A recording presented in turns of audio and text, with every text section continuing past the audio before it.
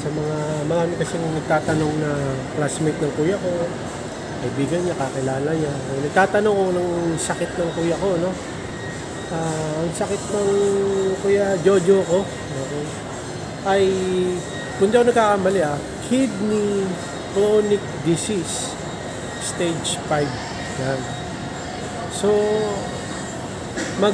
siya, kidney dialysis siya 3 times a week.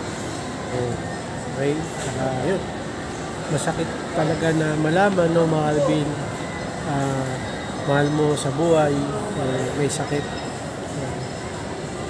Tapos, maliit pa yung anak niya. Kaya, yun, sabi ko sa kanya, laban lang siya. Lakasan niya yung loob niya. Kasi dumaan din ako sa ganyan. Nagkasakit din ako, no, mga Alvin. Lakasan ko yung loob ko para sa pamilya ko, no? Sa 3 kong anak, sa asawa ko. Sabi ko, ganun gawin niya. Isipin niya yung 3 niyang anak, lalo na maliliit pa, asawa niya. Lakasan niya loob niya. Alam ko na sigurado ako nagagaling siya.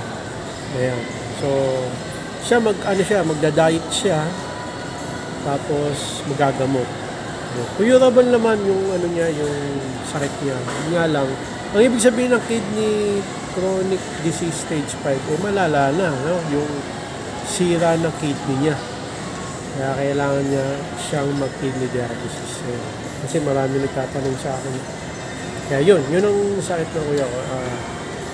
Ojo, yan, para sa kuya ko, pagdadasal kita na sa mabilis pong paggaling.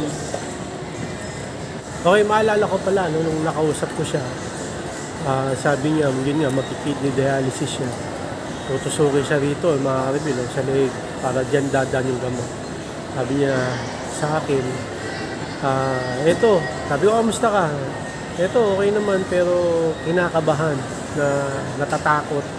Kaya, ako rin, no, mga kabibil, nung nagkasakit ako, puro tusok-tusok rin yung nangyari sa akin. Ganun din, naramdaman ko yung sakit, no, sa katawan, na tusukin ng karayom, ganyan. Sa kanya, tutusukin pa sa leg, kaya kinakabahan talaga siya. Yun. Talagang pag nagkasakit, mga kabibil, masakit talaga sa katawan, saka sa bulsa rin, magastos. Kaya mag-ingat tayong lahat ng mga kabibil. Ingatan natin yung katawan natin habang healthy, no? Ingatan na natin, no? So sa kuya ko, talagang yan, naranasan ko na rin niya. Kinakabahan din ako tuwing nagpapacheck up ako. Kasi pagka na-detect ka na may sakit, talagang tapos gagamutin ka, tutusukin ka, lahat ng mararamdaman mo talagang sakit, naranasan ko yan. Tsaka yung kaba, naranasan ko rin niya. Kaya masabi ko sa iyo, Kodyo, no, na talagang lakasan mo yung loob mo. Napasabi ko pa nga sa kanya na gamitin mo yung pinakamalakas mong pwersa. Ako din, ganun no? Nung ko, napakagat ako, kaya ko to, sabi ko. Yun, talagang nilakasan ko loob ko. Tsaka lalakasan loob mo pag talagang inis mo yung family mo na sa'yo lang umaasa. No? Tapos, yun, huwag kalimutan magdasal. Talagang dasal ako ng dasal. Yun nga, kasi na-depress ako. Umiyak pa nga ako no? Nagkasakit ako kasi ako lang yung nagtatabaho sa amin. So, paano na kami? Yun. Buti nakuha sa gamot. Pero hanggang ngayon, mga kanabil, may sakit pa rin ako, nagagamot ako.